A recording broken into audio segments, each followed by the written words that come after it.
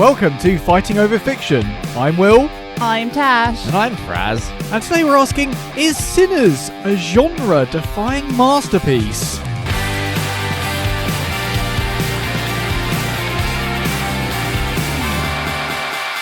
Finish her! We are so, with it with this film, aren't we? Well, we are. This was very impromptu, I have to say, wasn't it? I love it. It just so happened that I had a free evening and you guys watched Sinners last night. So get together, talk about the movie. This is going to be months late once it actually comes out, but it's really fresh for us. Yeah, extremely fresh with a week to go to the Oscars. Yeah, we are week of the Oscars with Sinners currently only a nominee and possibly maybe a winner in a week's time. We shall see. We shall see.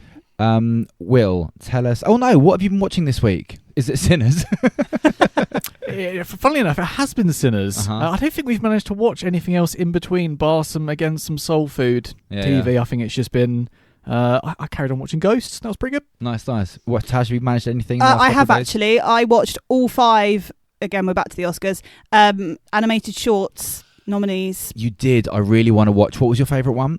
My favourite one was Butterfly, and then in a close second was Forever Green. Yeah, Butterfly sounds really good. It was stunning. I watched a couple of the live action shorts. Oh yeah, they were really good, and I've now completed the Oscars nominees. I've watched every Oscar nominated film. Woo! I know. Amazing. I really need to get a job. So, let's talk about Sinners. It's directed by Ryan Coogler, known for films like Black Panther and Creed. Stars Michael B. Jordan. I love saying that name. There's something really nice about that. Who stars in dual roles, playing twin brothers returned to their hometown. Set in the 1930s in the American South, blending Southern Gothic, horror and period drama.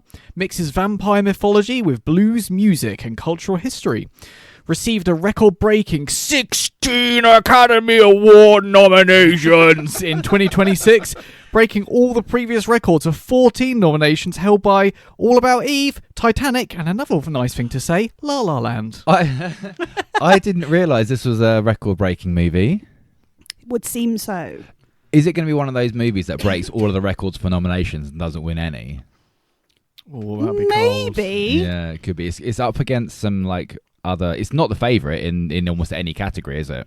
No, definitely not. I think it's important to talk about why we're talking about this film today, and that's because I watched Sinners. We all watched Sinners with absolutely no idea of what we were watching at all. So I started watching this, like you say, kind of Southern Gothic American South story about these gangsters returning to their hometown with these very racial undertones. The Ku Klux Klan are there, and then 41 minutes and 32 seconds into the film, everything just changed, and I sat forward in my seat and went, "What the fuck am I watching?" and I really then wanted you guys to watch it, knowing that you don't like vampire movies, knowing that you don't like horror movies, but just the out of nowhereness of it all. I love how our reactions were very, very different. Yours were the leaning forward in the seat. Mine was the eye roll and went, for fuck's sake, vampires. Why do you hate vampires so much? It's just, I don't know. I feel like they've just very overdone. I think if you want vampire, go to see Dracula, or just watch Twilight. There are better vampire movies than Dracula and Twilight. Probably, but again, that's why I don't watch them. And the thing is, I think there could always I think this might be the best vampire movie of all time. Whoa. Yeah. Didn't I was going to say that live on camera. I'm not live on camera. There's no camera, nor is it live. What about Blade? Blade. No, I don't think Blade's a particularly strong vampire movie. Well, I was about to follow up with what about Underworld, but then Blade's just so good. Maybe it's a discussion for another time. I think Interview with the Vampire is my favourite vampire movie, and probably Daybreakers is up there as well. But anyway, so did you guys enjoy it? Just flat out, did the vampires ruin it for you? It was all going so well until the vampires crashed the party. For me, they really did crash that party. They did. I was loving it up until that point, and I just thought, oh really? And then later on, where it's like, we're gonna kill y'all, with that really creepy smile, and I thought, oh God, of course you are, right? Okay. It just landed really flat. Will, do you Do you enjoy vampires or? I can take them or leave them. I feel like it's one of those topics I have to be in the mood for. So the fact I wasn't prepared for it, and then they came along, it was like, yeah, I can take it, but I kind of, I needed to really want it, I think. Fair enough. Do you think, have you gone back and watched the trailer for this movie? No. I haven't, no. The trailer is all vampires. Like, it tells you everything that's going to happen. So do you think this is a different movie if you know what's happening? Yes. Oh, yeah, definitely. If I'd seen the trailer, I think I would have been intrigued, but still like, okay, vampires, right. You're just waiting for the thing to happen. Yeah, you're just waiting for the... I guess it does help not knowing anything because you watch it for the story that's unfolding in front of you. Whereas if you knew, you're constantly on the edge, right, waiting, going, right, okay, where are they coming, when are they coming? And maybe you wouldn't pay attention otherwise. I'm really looking forward to watching this film again. It's actually improved in my mind since I've watched it, like day on day. I can't stop thinking about it and it keeps getting better and better in my head. So I'm wondering if that's going to happen to you as well. We shall see. I feel like it's a different movie. I'm interested by that. So, does the fusion of historical drama, blues culture, and supernatural horror genuinely break genre boundaries? I read this question about 7 times. It's a really hard thing to kind of pass, like break genre boundaries. And I was trying to think about like films that have broken genre boundaries. And I think that basically it means kind of like expanding from what we've seen before. So I don't think this film does that. We've seen vampires before. We've seen them in olden times before. We've seen music blended with horror before. We've seen the supernatural as an allegory for race relations and all that. We've seen all that before. But this is what I found with this film is it's not necessarily a genre blend; it's a genre deconstruction. At some point, somebody mixed together minced beef and tomato sauce and pasta and made a lasagna. Yeah, and they mixed it all together, and then like some fancy chef made a deconstructed lasagna and charged 4 times the amount for it. That's what this film did. It didn't blend the genres together. It just piled them on top of each other. So we had the like historical drama first, and then we had that beautiful blues musical interlude in the middle, and then we have the supernatural horror plopping in, and then we have just balls out action. So no, it doesn't break genre boundaries, nor does it blend them. It just stacks them. Like a tower. Like a tower, yeah. What do you think? Like a kid playing with Lego. Again, I agree. I don't think it broke any boundaries whatsoever. If I'm honest, I don't think it needed the supernatural horror element at all. We could have taken that out and still had a really good story. So when you say that, do you mean just have a 41 minute and 32 second long movie, or do you mean just replace the vampires with the clan? Yeah. I mean, replace the vampires with the clan. I think that would have been a really compelling, gritty story. I think what drew me in was the historical drama and the blues. And again, I hadn't seen any spoilers before. I didn't know that the vampires were coming necessarily. I thought, this is a really interesting story. The bond between these twins, the bonds they have with the women they love, and the complicated relationships they have with the women they love. This is really interesting. And I really want to see how this plays out when they go back to their hometown and open the casino. And then the vampires turned up, and I thought, okay, like ruined. Have you guys seen Skins? Bits. Okay, so the main vampire guy, I forget his name. Yeah. He's a character called Cookie in Skins, and he's one of my favourite characters of all time. So when he showed up, I was like, oh, shit is about to get real, because you only put him in anything when you're about to turn it up to 11, so to speak. And when it then cut to him with blood on his mouth and all run down his chest, I thought, all right, we've got like cannibals. And then his eyes started glowing red. I was like, oh, okay, it's vampires. And that's when I realised. So what I'm asking you, Tash, is... Yeah. Is it just the vampires? If this turned out to be a gang of cannibals, would that have been better? No.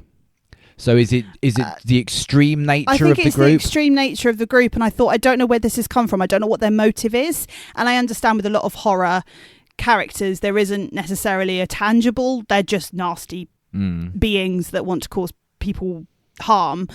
I know that they don't necessarily need a goal, but for me, I just think, I don't know where they've come from or why they're doing this. It just didn't make any sense whatsoever. having said that, I did appreciate some of the vampire lore. It did seem very authentic, and I really liked that they needed to be invited in. I haven't seen that before. Yeah. And I did really like that. I thought that's really cool that they have to be invited in to then cause the harm, and that these people are basically under siege in this casino. But apart from that, that is just where it ended for me. It just felt like a bit of a caricature, the vampires overall. And it didn't, for me, main point is it didn't actually match the emotional intelligence of what came before it. It did massively dumb down the film, didn't it? Yes. Yeah. I think that hits the nail on the head for me. I think that's what the core of my problem with this movie is. The first 41 minutes and 32 seconds, I was like, right, put your phone in the other room. You need to concentrate here. And then they started fighting vampires. I was like, you could probably do a crossword while you watch this. Yeah. Does Michael B. Jordan's dual performance elevate Sinners? It felt a bit unoriginal. I mean, we've seen this before where two actors play twins. I think Tom Hardy did it in the Cray Brothers film, didn't he? Yeah. Yeah, I think it's been done. I don't think it's new. I think it would have made a real difference to have two different actors playing the twins, to really focus more on their relationship. I felt like it was really distracting from the plot.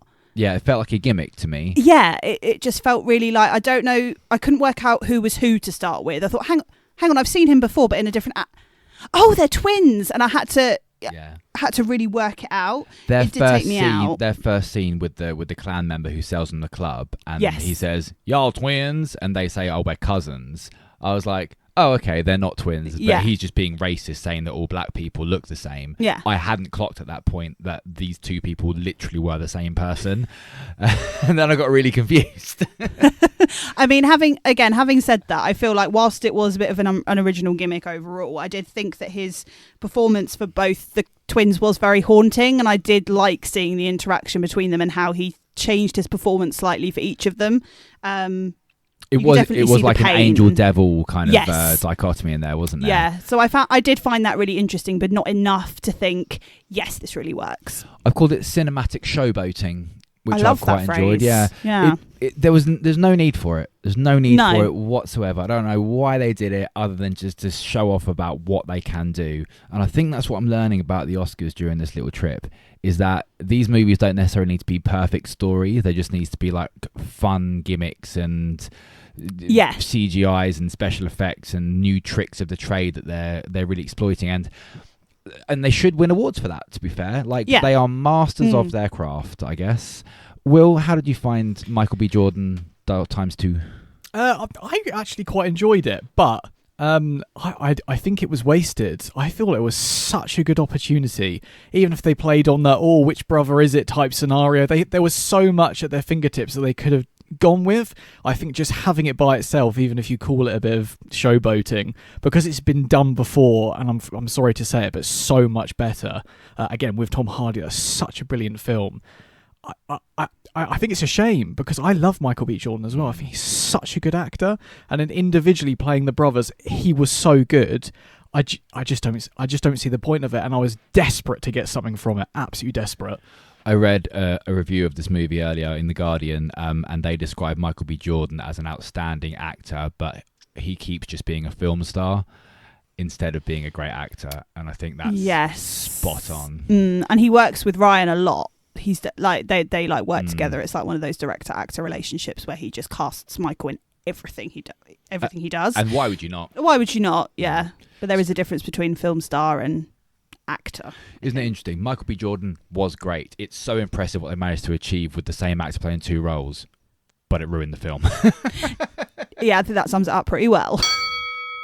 So on that subject, do the film's stylistic choices push it beyond traditional horror filmmaking? Yeah, absolutely. This isn't a traditional horror film. Like it's a traditional horror film to me, like leans on suspense and jump scares, and it hides the monster in the corner of the room. Whereas this film quite literally just puts it in front of me and goes, "This is what we're doing." The music and like the whole choral singing thing was creepy as fuck. They don't waste any time explaining like the vampire lore. Like I think that's where you get the better 40 minutes at the beginning of this movie is because in a normal vampire movie, they go, did you know that vampires can't enter unless they're invited? We all know that already. We don't need to be told that. We know how vampires work. And I like that the people in the story also knew. There was a bit of foreshadowing beforehand with the witchy lady. I did wonder where that was going. When she came up, I was like, why are they doing this kind of weird witchy thing? And then I loved her. She was great. She was amazing, wasn't she? I loved the pickled garlic thing. Yeah, it was just not a traditional horror movie at all, and I think I prefer this version of horror than the normal version of horror. I mean, I steer away from horror as much as possible, generally, but I feel like this was quite palatable. For me anyway. I hate jump scares. I like to be really in a story, and I feel like having that constant worry that something's going to jump out at you just ruins it for me generally. But I know people who love horror, and you know, they have their reasons for it, and I respect it. I do agree that it did rely more on like the cultural side of things and the historical drama to like build tension rather than relying on the monsters. The monsters were there, but it wasn't, you know, the main focus, which I liked.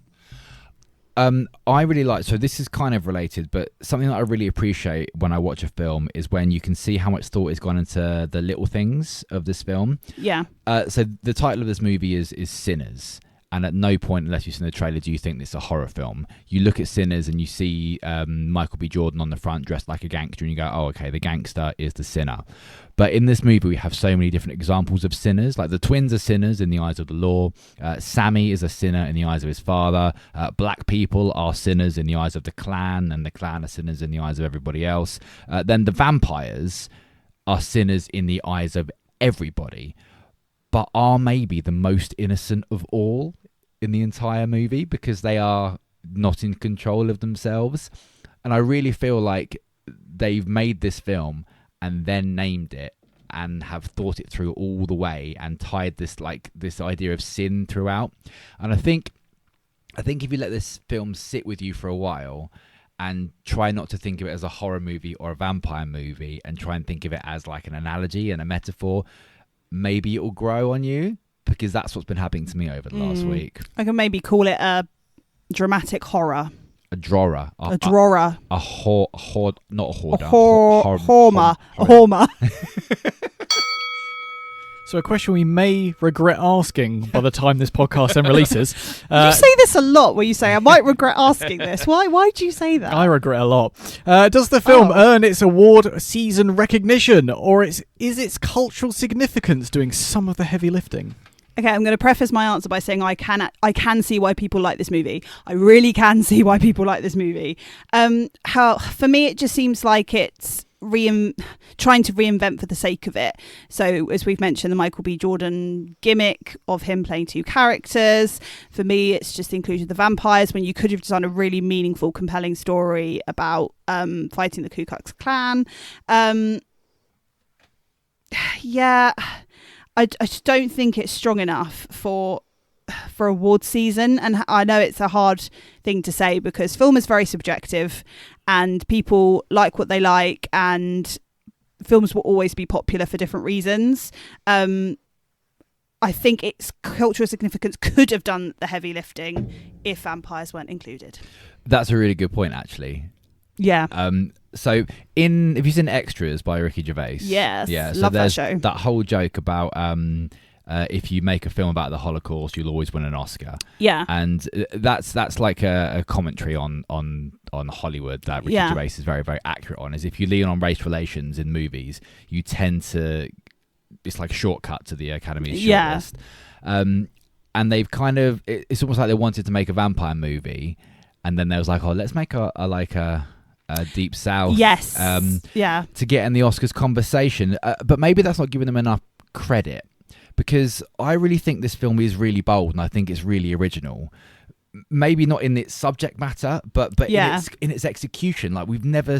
It's definitely bold, and it's exciting to see filmmakers do this and just say, I'm going to do this, I'm going to run with it, and I'm going to make it as good as I possibly can. And they've done this twist in it, and people love a twist. I love a twist, and I think twists are really, really important parts of storytelling, because they're very difficult to do.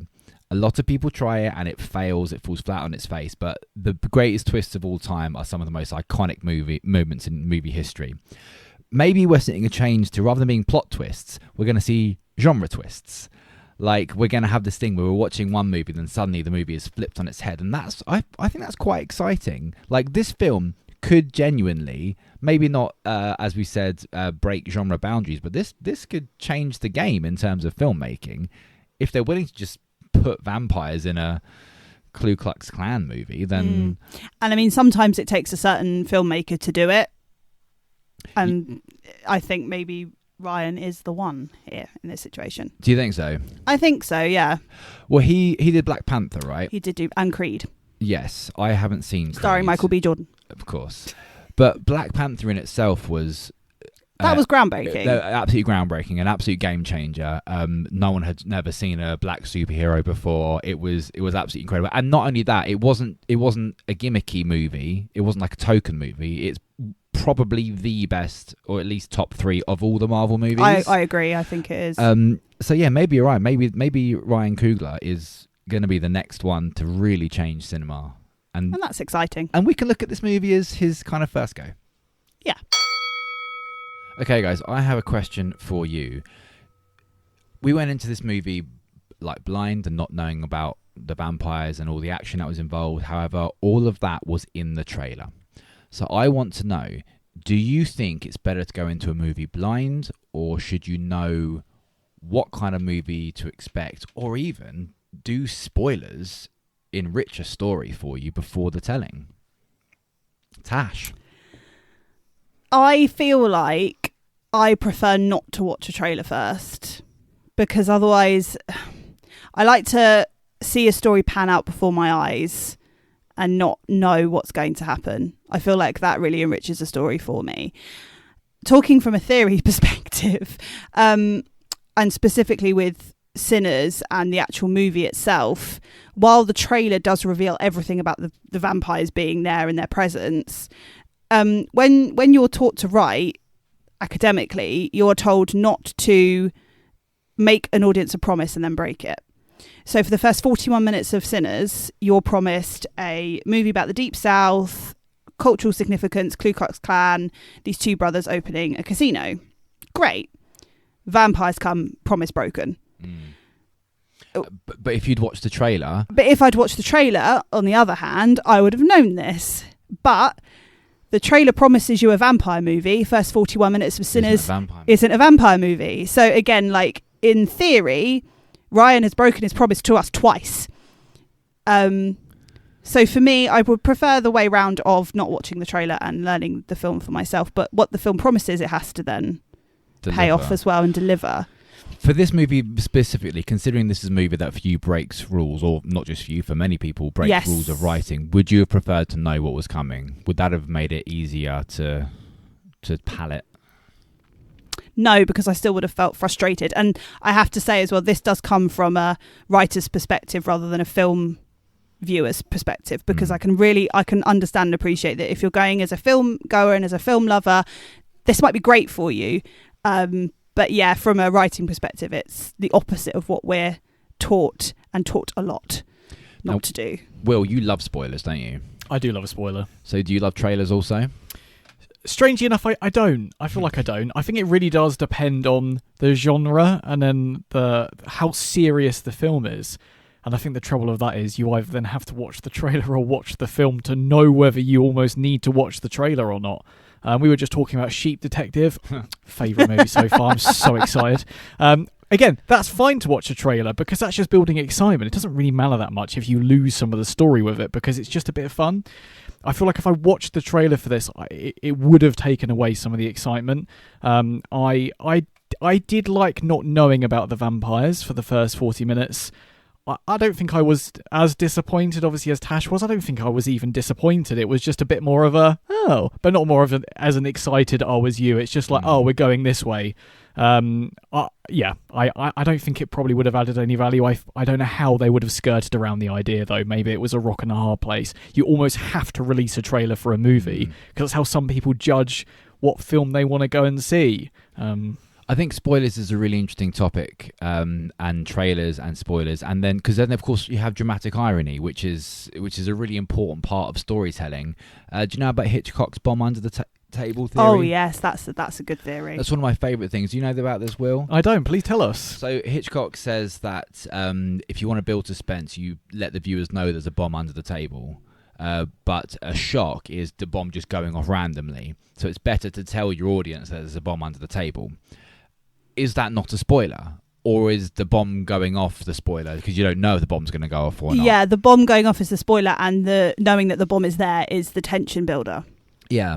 And keeps you on the edge of your seat, especially if the characters don't know. That's even better. So it's that balance between knowing what's coming and knowing what might come. Knowing what the possibilities might be and which different directions it could go in. And I suppose that's what this film didn't do in the first 40 minutes. It didn't tell you what was possible. See, I think I would have been more compelled if they'd have maybe put a hint of something more sinister going on under the surface. And I know at the beginning we have the flash forward of Sammy going home to his father, having been attacked and being the only survivor from the siege. And we got little flashes of vampires then, but I thought, oh, okay, but you didn't really see a lot. But I think if they planted a few more little nuggets, I would have been a bit more That's why I'm looking compelled. forward to rewatching this film as well, because I'm wondering if there was more in there that we noticed. Because we weren't watching a vampire movie, we brushed over it. Like, again, the witch lady just completely brushed that over as like some like weird little quirk they had. Maybe there's more foreshadowing in there than maybe in the dialogue, realised. because there's a lot of dialogue going on in the first part, so perhaps we missed something. Yeah, maybe. So, is Sinners a genre-defying masterpiece? I would say it's genre-defying, but it's not a masterpiece. I would say it's not a masterpiece, but it is a masterpiece of genre-defying cinema, because it does defy genre, and I think it is a really, really great film, and I think it defies genre in a masterful way. However, I wouldn't describe the movie itself as a masterpiece. That's a very one of these days we're just answer. gonna have to answer these questions, guys, aren't we? Will, what do you think, mate? No. No, not genre defying, not a masterpiece. It's just okay. I feel like I say that quite a lot, but I enjoyed the movie. Mm-hmm. I'm probably going to forget about it in a couple of weeks' time. Not as an insult to it. It's just we're watching plenty of movies and plenty of TV series at the moment. And it's just no one on the pile. Cool. I think Ryan has given it a good go, and hats off to him for trying to break the rules. I don't feel like he hit it this time, though. Next time. So what are we watching this week? I realised that when we say what we're watching this week, we're not saying what we're talking about in the next episode. We're just talking about what we're watching in our own spare time for our own pleasure, not for our podcasting profession. Yeah, we can't do podcast every time. No. I am watching season 2 of Drops of God this week because I finished season 1 and then started getting obsessed about the Oscar Vineyard. movies. Yes, the Vineyard. The wine tasting show. What are you guys watching? I would like to continue with Young Sherlock, and I'd like to continue with Vikings. I've got a lot of TV series on Have the you go. started Vikings? Yeah. So I'm on like episode 4 of season cool. 1. I stopped for a while because we then started watching all the Oscars. Sure. So yeah, I want to get back into Vikings and Young Sherlock. Love Vikings. Will? On my Keanu Reeves binge at the moment, I saw him. He was in a film called Devil's Advocate. Yeah. Never heard of this film before. Saw a reel on Instagram. I thought, do you know what? I'm going to give that a watch. Is that with Robert De Niro? Yes. It is, yeah. That is one of the films that was in the video rental shop that I used to visit as a child. Really? Yeah. Sorry, Will. So when I was a kid, they used to have these shops that you'd rent videos from, VHSs. It was like the precursor to DVD. I used to go in every Friday. Yeah. Is that not just the internet?